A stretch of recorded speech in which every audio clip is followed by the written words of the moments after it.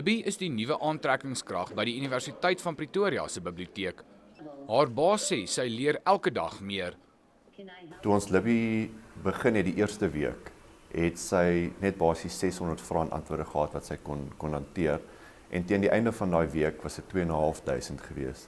En sy het nou onlangs 'n nuwe opdatering gehad met 'n beter stem en 'n beter vraag-en-antwoordstelsel.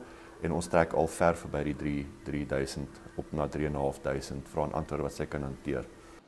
Libby is 90 cm hoog en help ook studente wat gestremd is. Dit is ideale hoogte ook vir ons vir persone wat moontlik in 'n rolstoel kan wees. Buite in die rolstoel kan sy ook ander gestremdhede aanspreek.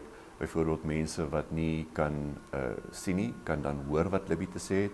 Mense wat ook nou weer nie kan hoor nie, kan op die skerm sien wat Libby antwoord.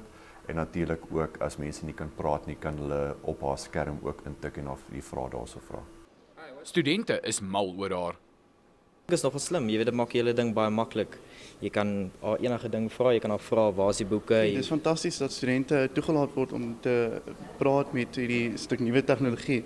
En ons kan meer studente in die biblioteek kry wat makliker vrae kan beantwoord kry. It's my first time actually seeing her today. I know she's been out for a while now, but I think she's a cool addition to the library. It's a fun way of students interacting, find out information on where they need to go and what they need to get, and creates a certain element of enjoyment while studying.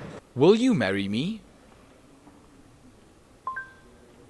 Are you sure I am your type?